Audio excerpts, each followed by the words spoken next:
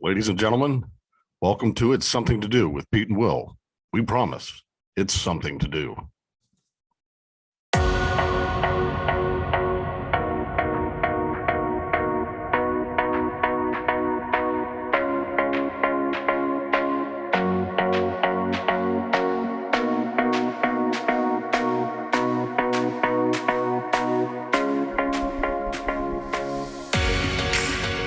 Ladies and gentlemen, welcome back to It's Something to Do.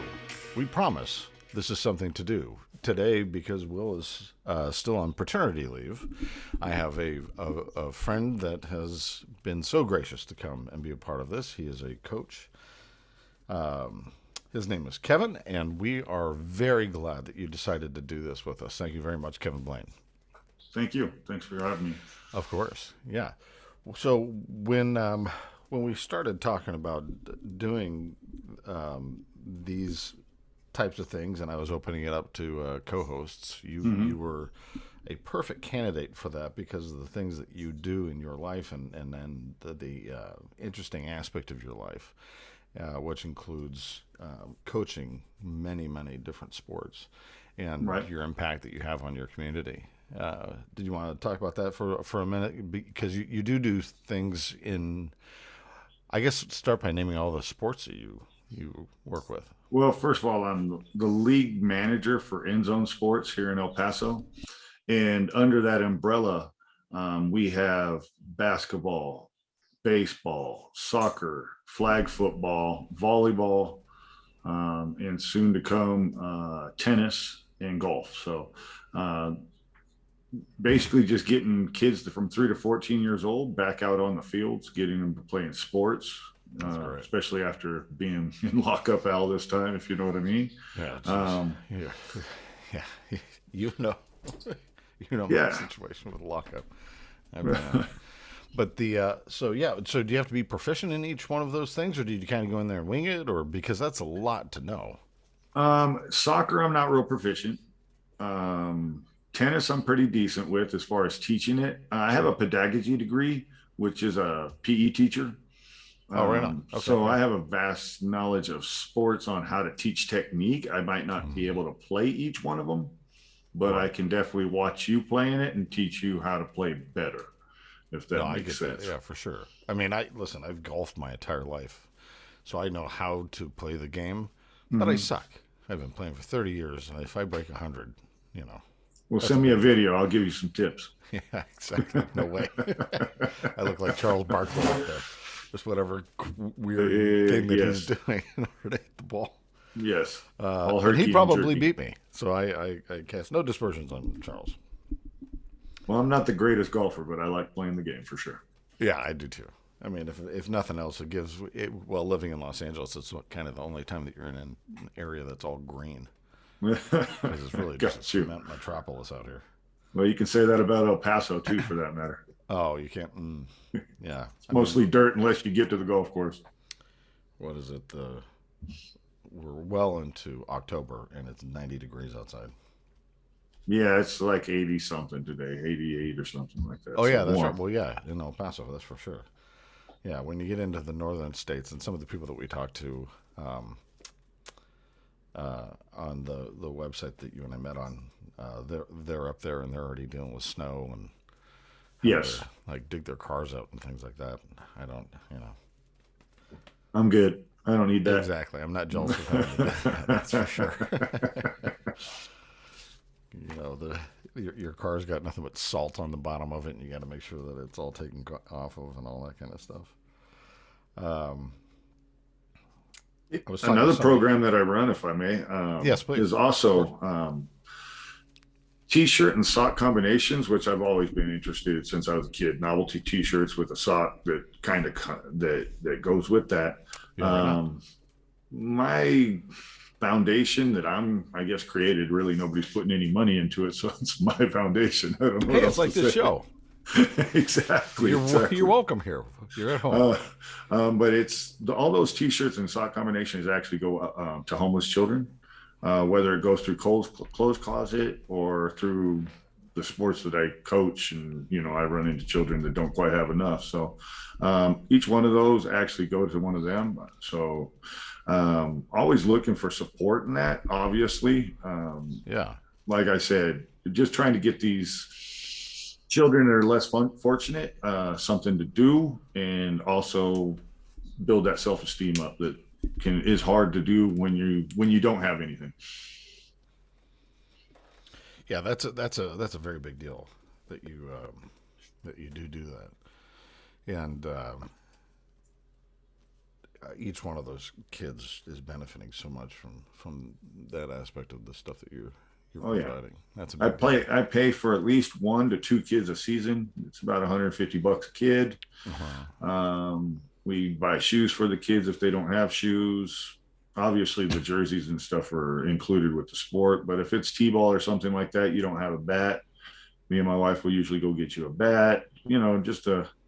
There's nothing worse than showing up to the field and feeling like the one kid that doesn't have anything. Like Yeah, for sure. you're the That'll, yeah. outcast, basically. Mm-hmm. Yeah, Don't want that. that'll keep them from coming back, and you want Exactly. them to come back. Yeah, Exactly. yeah, that's awesome. How long have you been doing it? Since out of high school, I started coaching in college, playing college and coaching position sports. Like I said, I was going to pedagogy classes, your biomechanics, all that good stuff. Mm-hmm. And a couple coaches said, "Hey, you want to be that intern that wants to learn some stuff, hands on while you're doing your education?" Right. So that's where it started. Mostly dribble coach for a little while there for Western New Mexico University. Moved around all the way up to the Northwest, coached in the Wilson High School district for sports there in Portland, Oregon. Anyways, been doing it about 25 years, I would say, and getting paid for it for about 2. Yeah, right on. Well, what's nice is that it's something that you love, and finally, Yes. somebody was able to pony up some sort of funds in order to make it viable. Oh, he ponies up funds. I cannot complain. I mean, he treats me rather well. Like I said, it just took a while to get there. Sure. Well, that's wonderful. That's a wonderful part of the story for sure. I usually call these non sequitur Tuesdays because we kind of go from one topic to the other, and they really make no sense. I mean, I can try in order to make a transition, but it's usually just nonsense. Okay. So let's see what do I have here. Well, this isn't one. Give them to me. Give them to me. Well, so I was talking to a security guard, and he's obviously those guys are doing the Lord's work, and he's down where he lives. He works in essentially like Metro Transit Authority, and he's a security guard down there. And he was talking about how, and it was interesting because I think there were 2 people in the room, and both of them had a story about digging a bullet out of somebody's body. And he didn't have any apparatus to do it with, so he had to put his fingers in there and get a 22 slug out of some dude. Literally pinch it out. Yeah. I was like, oh my God. He's like, how did that go? He's like, I threw up everywhere. It was a disaster. But I had to get it out. Done. Yeah. And the other guy apparently had pliers, but even that, oh man. Right. If I can avoid that situation at all costs, that's one that I'm definitely going to try to. I mean, I don't know. For sure. What do you think of the blood loss on something like that is? Because you see it in the movies, and they just kind of drop it in the thing, and it makes the clinking sound when it gets into the bucket. But I think in real life, you're just bleeding a lot. I think it definitely depends on where you're taking it. If it's the stomach area or if it's in the leg, that kind of stuff. So, you lose more than 2 liters, you're going to be pretty bad off. So, I would say probably a liter or so, if it's in a bad spot, like I said. And that looks like a lot when it's all spilled out, put on the ground. He had all these stories, and I can't believe he's again doing the Lord's work, I guess. But he said that there's a lot of meth addicts that go down there. I guess it's a place that they feel safe to go and Yeah, probably not a place I'm going to go hang out then. So I probably won't have to worry about pulling out bullets. Right. So he said that he went down and this, and he's just trying to do his job.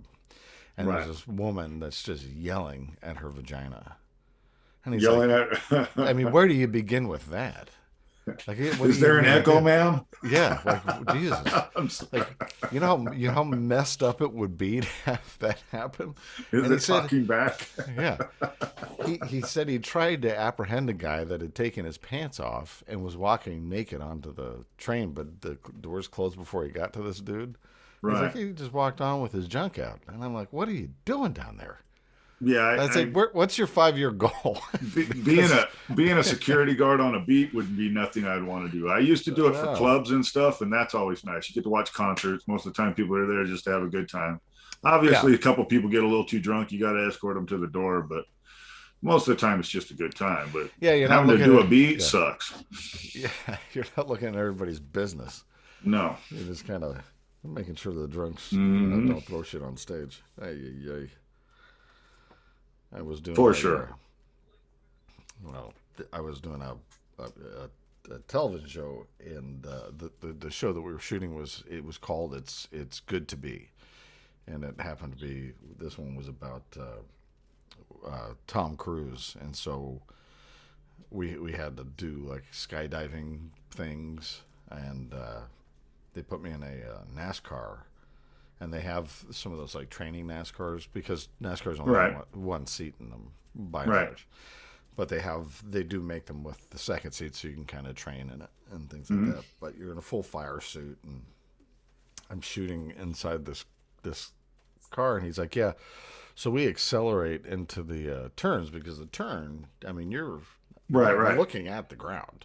Right. However, he was describing that if we get up into the marbles, and the marbles, I guess, if the tires heat up, they create these little rubber marbles, and that'll throw you into the wall. And so we're going 200 miles an hour, and all you can hear on the video is me just screaming. Like, he's like, "Don't look at me, look out there." No, I'm watching you. What are we doing? Yeah, get me out of this. Help. And listen, I'm not a claustrophobic guy, but they put all that crap on you, and then they put you in a 5-point harness, and I have a job to do in this moment, and what they can't did even move. What was interesting though is they put a lot of like regular NASCARs out on the track to mimic the things from the movie. Right. So I'm trying to capture that stuff while losing my mind. Like, we can't do this at 25 miles an hour. Like, what are we doing at the? We'll just speed it up. Why are we going 200 miles an hour? And the guy's like, we're going for it. I'm like, all right. So they come up so close to each other. You think you're definitely going to wreck. Right. I mean, you're right there on them. And so, but that's drifting, I guess, or drafting. Yes. Yeah, we're drafting. Drafting. Yes. And then you use that momentum that they're blocking as it goes over your car in order to pass them. But that's all. That's when you slingshot out of the corner. Exactly. And the funny part of that story as well is that a couple weeks later, my wife was working with Jim Belushi, and so they flew him in because he was going to do the national anthem, and all right, racers, start your right. type of thing. Start your engines, or whatever you're going to say, right? Start your engines. So, and bless her heart, she had to be outside. It's like 117 out in Fontana in California.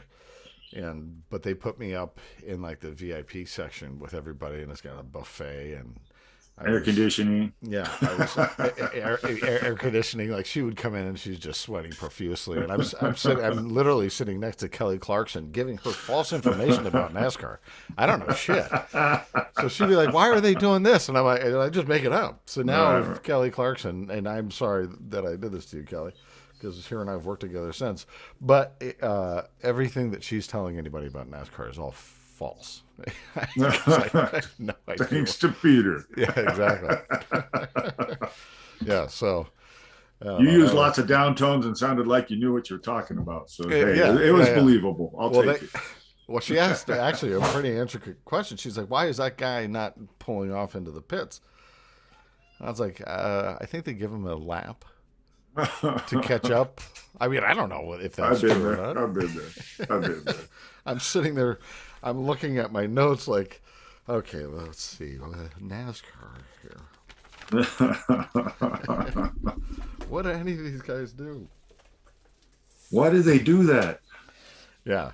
He probably still had more tire time and a little more fuel. Thought he could actually get a little bit of advantage if he takes the extra lap, comes in about 2 or 3 when everybody else is in the Yeah. pits, basically. See, you know what you're talking about. She should have been talking to you. Yeah, well, maybe a She, little bit. I mean, I'm not the greatest at NASCAR. That's not no. my sport, but I definitely watch it enough to get some of the tips off of it for sure. Yeah, my favorite is drag racing, and that nobody likes drag No, racing and they for don't, some and reason. they're not worrying about conserving fuel or tires. No, they've got 3 seconds to blow the doors off. And use all the fuel and tire you can. Definitely.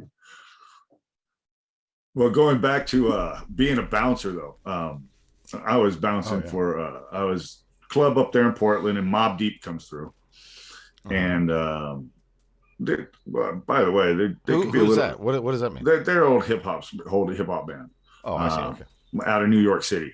Mm-hmm. And oh man, they come to Portland and brought the New York attitude to it. Uh-huh. And you're sitting there with the, fuck the police and all this stuff. And I'm sitting there as a security guard. You can't be doing this to us, man. And the funny thing is that these guys are all about 5 foot nothing. I mean, it's hilarious to watch these guys flex out and act like they're all the toughest things in the world. And then they're, hey, come over here, help me out, help me out. And anyways, but during this concert, my wife, she gets VIP and all that stuff. She's sitting at the bar. She hasn't had her drink all night. And I look over and my wife is passed out at the bar. I mean, just passed out during this big hip hop concert. My wife lost her purse, lost all her ID. I felt like I failed as a security guard that night for Did sure. somebody drug her? Like, Oh how did that no. happen? That's just my wife. She's like narcolepsy, I swear. That's not Oh, oh, diagnosed, oh. but she can fall asleep anywhere. Well, Rock concerts clearly. anywhere. I can't believe it. That definitely was one of those, like, as a security guard, I failed tonight. My bad. She's like, I'm kind of the only one you should be watching. Yes. The only one, yes. Yeah. Your credit cards are in there too. It was funny. Let's see. Well, this one's it's a little this is a little tough.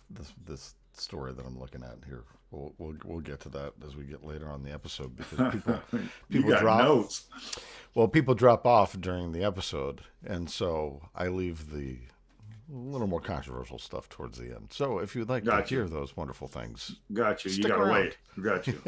I'm not going to do that too early. Oh, So, what do let's we got see. next? What do we got next? What are we going to talk about? Oh my goodness, let's see.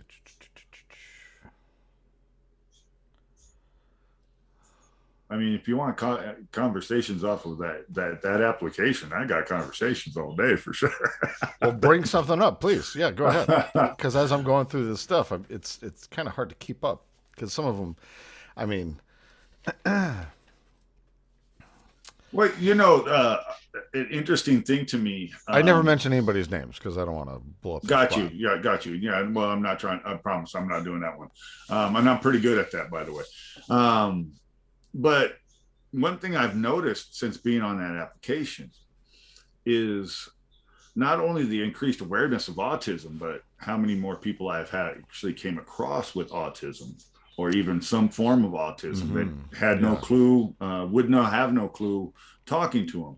And I find it interesting because as I started delving into it a little bit more, I have nobody in my family or anything that has autism. sure. It's not like, oh man, somebody in my family influenced this. But kids, playing sports, that kind of stuff, you do run across them quite often. Sure. And I always find it interesting now to find out like more of how intelligent in some subjects they can be so highly intelligent Sure. and Yeah. that we don't give them that credit sometimes. And that's kind of like coaching, I guess, is why I really find it intriguing. Is it's like putting the puzzle together, and that person has a certain piece of that puzzle.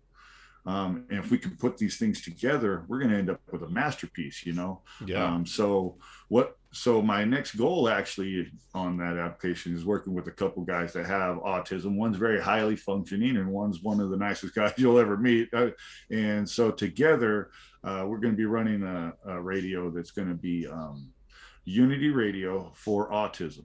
and these two guys are actually going to get that spotlight. We're going to do some autism awareness on the show, and then we're going to spotlight people that have autism and the awesome things that they do in this world, and bring a little more awareness and awesomeness to that whole subject, if you know what I mean. Yeah. Oh, no, of course. And they talk about autism as being on a spectrum, and there's from the sound of it, I feel like all of us are somewhere on it because Could be, right? because it's such a vast swath.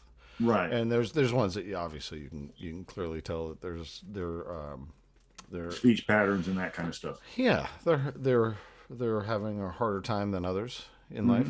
And then some you have no idea until, because I actually have a friend, and it's funny, he was dating a girl, and he's my best friend, and we went out to dinner, and it was with his girlfriend at the time, and my wife and I, and she was like, yeah, he's autistic.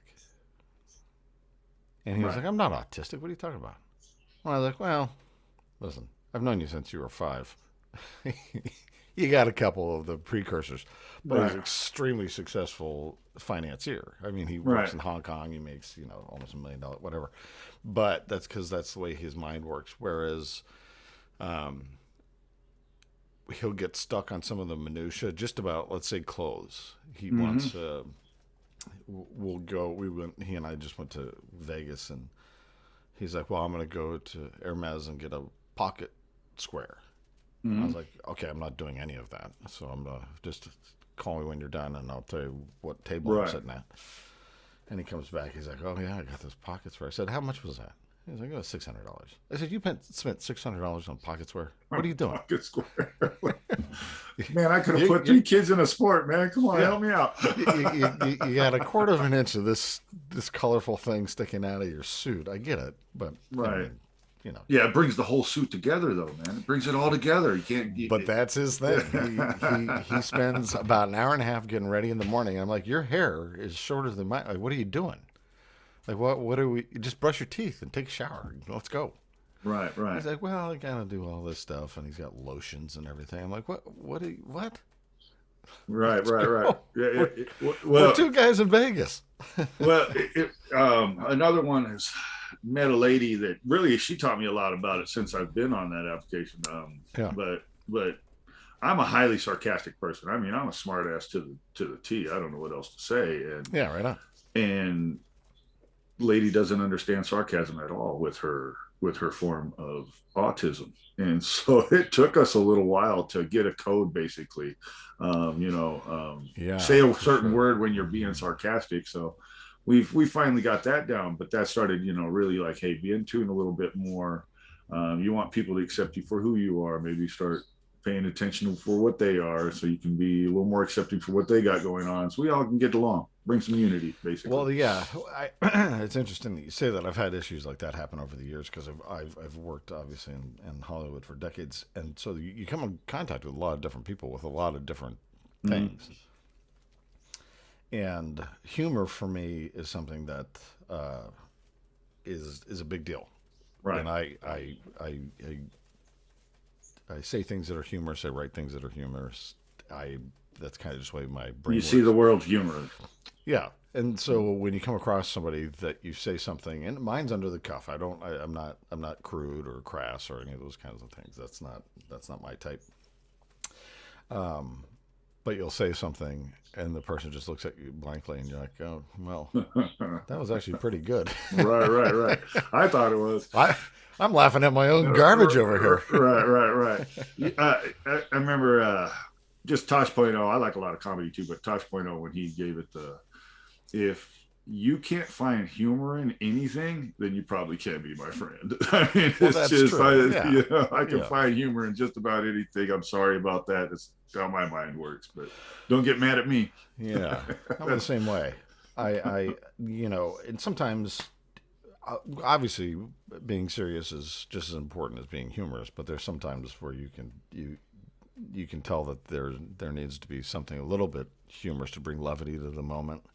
And so I try to do that. It doesn't always work, but no. No, sometimes you're trying to do it just to lighten the mood because it's too damn tense, but everybody else is like, no, we're staying in the tense moment. Leave it. Leave us alone right now. Right, and that's what's interesting also about the app that you and I met in. You'll pretty quickly ascertain how it is these people are interacting with one another, Mm, and often there can be these very interesting arguments that are happening, and I'll stick around long enough to make a note about it, but right, right, right. otherwise I'm like, this is not why I come Oh in here yeah. just to have a conversation and meet people, and it's all people from all over the world and all over the country, and so you get these very interesting conversations, and that's like anything else, like any other social media thing. But what's unique to The clap radios. that is the fact that you can get into a radio and just kind of.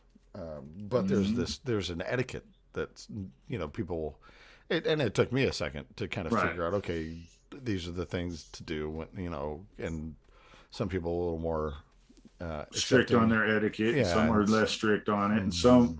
you start to also like coming from one room to the next. I come in here and everybody flashes their mic. They take their turns speaking, and then I come over here and it's like a wild freaking house party, and I can't tell what anybody's saying, and everybody's speaking over each other. So their etiquette's completely different than their etiquette, you know. Yeah. But you Well, start to realize, when you go into these different rooms, that's just how that room's going to be, or this how their radio is going to be. So Well, and those I kind of dip out of because I do appreciate the if the more strict rooms because you'll end up sitting there and somebody is just has their mic open and they're doing their dishes and mm-hmm. everybody's trying to have a conversation. Just please. Right, right, I mean, right. I'm not gonna be the one. I'm I'm not that gonna be. guy. Yeah. I'm that guy. No, I I tell haven't seen people it. all the time, just mute me if I'm being too loud, because there are times where I'm just doing the job and I can't. I'm not next to the phone. I don't know what to say. So, but I do Yeah. want to talk in the conversation. But Sure. if it's gotten big enough and there's enough people in that conversation getting intense, and my whatever I'm doing is being interrupted, please just mute me. I mean, that's Yeah. what the moderators are supposed to do. And I don't understand why the people don't moderate very well. There's a certain subject, etiquette and way to moderate a room too. And you should mute a person if they're being too loud, or sometimes they don't even notice it, you know? That or if they're because sometimes somebody will come in and just they kind of troll the room, and so it's that's I guess a nice aspect because they can put them down in the audience so that that person isn't Yes. just kind of messing with everybody, Mm-hmm. especially if there's a topic that people are actually trying to discuss. It's very interesting, and it's become a theme in this television show. It certainly was with Will and I. Will never got onto it. Because, like I said, he's still on paternity leave. He's got a new baby, Right. and he's he's doing his own thing. Man, he needs to get on there now. That's how you grow hella fast on that one. Babies make you famous. Yeah. Well, yeah. I'm joking. I'm totally joking. But No, there no, is a I get couple of it. them that Yeah, do it. They fly sure. because they don't have a problem with showing the baby. You know what I mean? Yeah, of course. So no, he's doing great, and I look forward to him being able to pop in here every once in a while. But as the new iterations of this start to develop, I'm finding that having conversations with like you and people that I've met in there that Mm-hmm. uh, have something The to say. gentleman you were just talking about the other day that you're bringing onto the show. Did you guys? Well, I don't want to talk about his name. Military gentleman that goes mute every once in a while. Oh yeah, well I'm gonna do it later with him this Okay. week. Okay. Yeah, Okay. I knew you were um, talking about it, so I just yeah. I yeah, yeah, listen. yeah, yeah. No, he's great as well. And he and I had a long conversation, just kind of going back and forth through this in order to determine that stuff. But Most definitely. Yeah. anyway, Very unique person. It will be a very interesting conversation in my mind. yeah, and that's kind of what we're looking for. I Yep. mean, if nothing else. Yep. Speaking of unique conversations, so this I was so what'll end up happening is you'll get into a conversation with people, and I don't direct it in any way. Actually, Mm-hmm. most of the time I don't say anything for a while until somebody says something to me or whatever it may be, because Right. I don't want to. Because I find just stories that I can tell will kind of take over the room. I don't want to do that. Right. Um, I mean, you don't need the starstruck people giving you a hell of a hard time, like, "Oh, who do you know?" and that kind of stuff. I'm sure that happens to Peter every once in a while, especially when you name drop every once in a while, sucker. No, just messing with you. well, You know I am. but you know, it's my life, so I try I not know. to do that because it I does know. come off like that, and so I try to Yeah, I'm avoid gonna getting pick much on you trouble. anytime that I can Yeah, with it. That's yeah, all I'm saying. That's our relationship. no, no problem. I totally get it, but that's also why I try not to talk I too know. much about it. I But know. if somebody asks me a direct question, That I'll answer. I got it. I got it completely. That's why I'm Yeah. joking about it right now with you. So let's see. Um, so this woman came in and it was just a totally innocuous conversation and had nothing to do with what was about to be discussed. And she she started to she I can't even remember how it got to this. But Got you. she said that her mother, and I'm going to be gentle about how I describe this because I'm not trying to offend anybody. But Hurt people, right? her mother found a intimate toy of hers Mm-hmm. and used it, and then told her that she used Interesting. it. But then Okay. she told her that she used it, and she's like, "But mom, first of all, that's insane. Why would you? I mean, go on Amazon. Right, right, right, right. And secondly, I don't use that on me. I use it on my husband." And I was Oh like, no. "Okay, hang on. Just let me brace myself." She's like, "No, it gets better." She still uses it today. Like, she still uses this thing that she took from her daughter. They used it on her No shame. No shame. son-in-law. No shame. Yeah. And I said, "This can't be, that's not true." She's like, "Why? How could I even make that up?" I was like, "Well, Right. touche." Right. Because can you imagine walking into a room and no matter what it is, and you stumble across something like that, not only would you not touch it, you're not going to use it. No, not at all. No. Not at all. I'm gonna have to ask her, Mom, did you sanitize that? I'm just asking. Well, That's for my friend to know. I wrote that down. I mean, it's bad enough to borrow somebody's toothbrush, but Jesus Right, Christ, right, right. that's a whole nother Certain things that ballgame. should be sacred. And why are Oh you in my that God. area anyways? But hey, that's mom's for you. Yeah, and then I learned the word pegging. I'm like, Oh, what you is? didn't know what pegging was. Oh, well, if you want to know what weird words are, I'm your man. Yeah, exactly. I was like, well, this is. Yes, like, oh, that's interesting. Not quite what I was expecting. So that's what she was using the tool for. I gotcha. Yeah, so those are the situations that you get into in these conversations where you're just like, well, oh, jeez. All Oh, right. I get into all kinds of conversations Just, because I'm just. not afraid of any of them. Oh, I'm not afraid of it That's the necessarily, but I'm best like, thing, though. this is. Oh my God. Oh, the You know. conversations you get into, if you don't have fear of talking about anything, is like, oh, this is it. Whoa. I mean, Yeah. I love the guy. His whole interesting fact of Draco lizards. I don't know if you ran across him yet. Oh yeah, Uh-uh. see that how the whole world is ran by Draco lizards across the whole universes. This isn't just this world; it's across universes.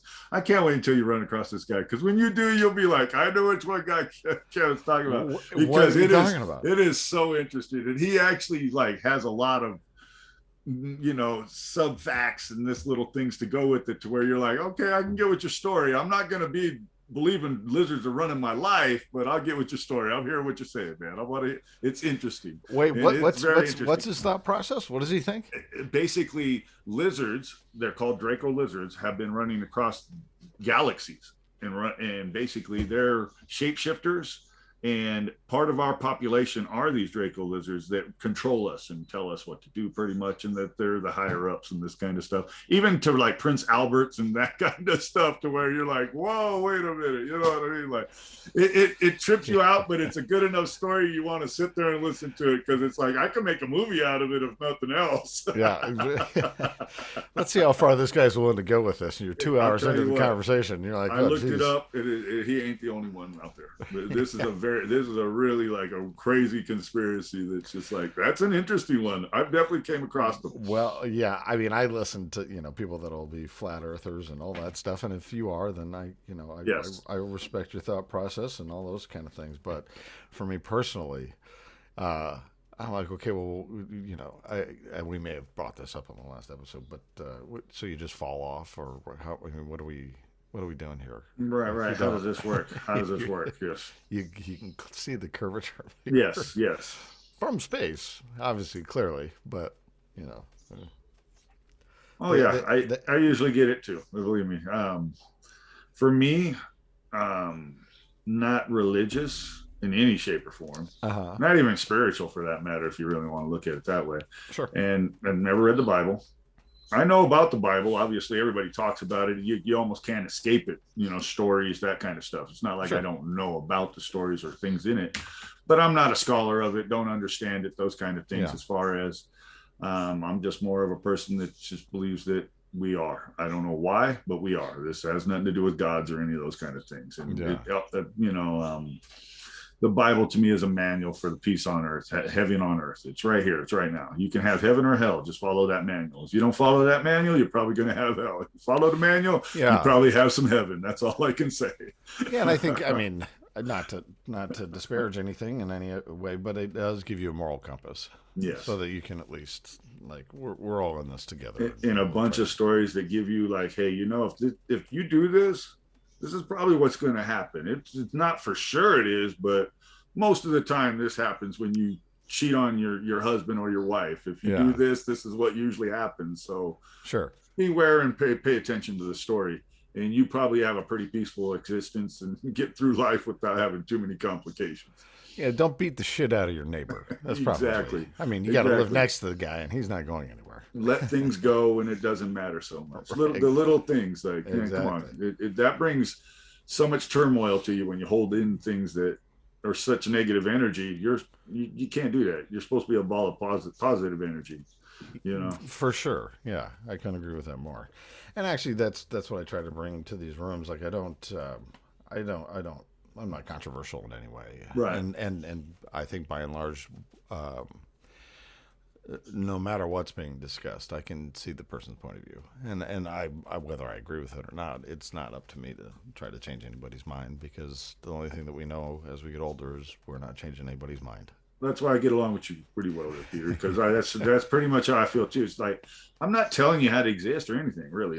Don't be killing people and doing that stuff. Well, yes, I'm gonna notice that and probably step out and do something about so. But your points of view, the things you want to do in life to make you happy, I'm not telling you no. Yeah. I'm not. But please don't. I might not want to participate. Don't get mad at me if I don't want to. That's all I can ask for at that point. Yeah, exactly. I might, if I dip out, I dip out, but it's exactly. Don't be mad at me. Yeah, I'm not mad at you. I get it. I get where you're coming from. I'm not into pagan. That's all I'm saying. Yeah. That's enough. Exactly. Yeah. I stuck around for that story a little bit too long. Yeah, no. So those are the funniest ones from this week. Yeah. The ones I like talking to the athletes. There's a lot of athletes on that application. Yeah, you're gonna have a show, aren't you? That's primarily. Yes, I got on with you the other day, and we were talking about doing a sports show also. Yes, yeah. Mm-hmm. Trying to do a sports show that can. But there's a lot of people like really good rugby player that I've met on there. A couple of them actually, which I don't. Rugby's not my sport, obviously, coming out of America and stuff. It's not our main sport that we play a lot. So sure. To get the little bit of the lingo, the terminology behind what different positions are, those kind of things. Very interesting. Gentleman, met a another gentleman that was a world champ arm wrestler. You know what I mean? Like, Well, that's incredible. You know what I mean? It's not like the most, oh, wow, that's everybody playing that sport. But when you talk to them, it's like you, or even like how many of the people actually, there's a gentleman on there. He's Olympic winning, sorry about that, Special Olympic winning murder ball. And yeah. That's rugby and wheelchairs. You know what I mean? So yeah, of course. But getting to talk to these people to me is really interesting conversations also, because you get to, I don't know, wouldn't have met these people most likely. Just one of the most, I guess, unusual sports that I ran across just in growing up and being in different places in the country was highlight. Have you ever seen highlight played? No. It's got those scoops and it looks like a racquetball. Okay. But it's a hard ball and they're going like 200 miles an hour. Okay, I know what you're going to talk about. It's got the curve where they fling that sucker out. Yeah, and they catch with it too, don't they? Yeah. It's kind of like lacrosse in a way, but they don't have the long stick. They're stuck in a racquetball court, just smashing this thing against the wall. It's extra small. Got you.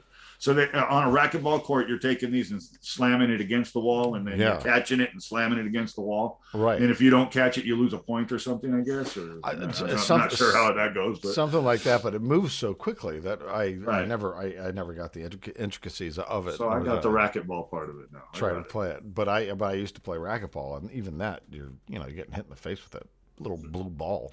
Fast. They come off the wall fast. If you're getting hit with a baseball at that speed, I mean, they've got helmets and face shields, but still. I played a lot of handball when I was a kid. Yeah, not so much of the racquetball and stuff, the handball. But, smack a ball against the wall. That's all I can say. I love that stuff. I love any sport, actually. Clearly. I just got this one, actually. Here, just a second. Yeah.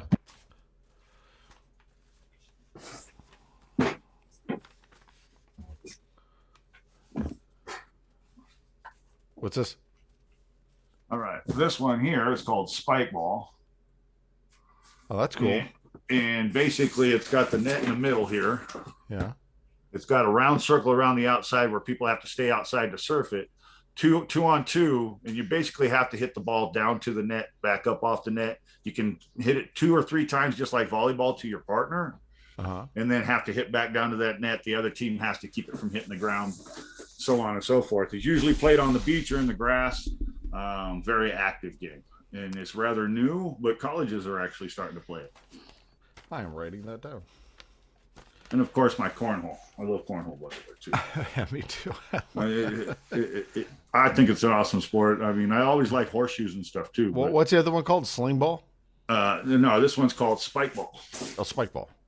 Yep. Yeah, my girls, they love that kind of stuff. Oh, and it's an awesome, family outing game. It really is. Sure. Yeah. It really is. Well, this has been wonderful. Thank you so much for coming on. Yeah, I know anytime. It really, it takes your time, and I appreciate you lending it to us and getting to know you and the things that you're doing that's a big deal.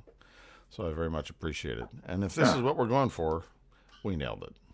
Hey, and anytime you bring me on, we can talk about anything in the world, and I don't really don't sit there and get upset about things, or we just talk about it. We'll just talk about it. You know what I mean? Yeah, for sure. It's just a thing in the world. I don't know what to say. If you can think it up, it's happening. I hate to say that to people, but if you can think it up, it's happening. Yeah, and like I said, I'm not a very controversial person. The controversial things I talk about have been I put in my ears without me sometimes consenting. Right. But thanks again so much. Yeah, no problem. Anytime. And we'll talk to you soon. All right. Thank you. Have a good one.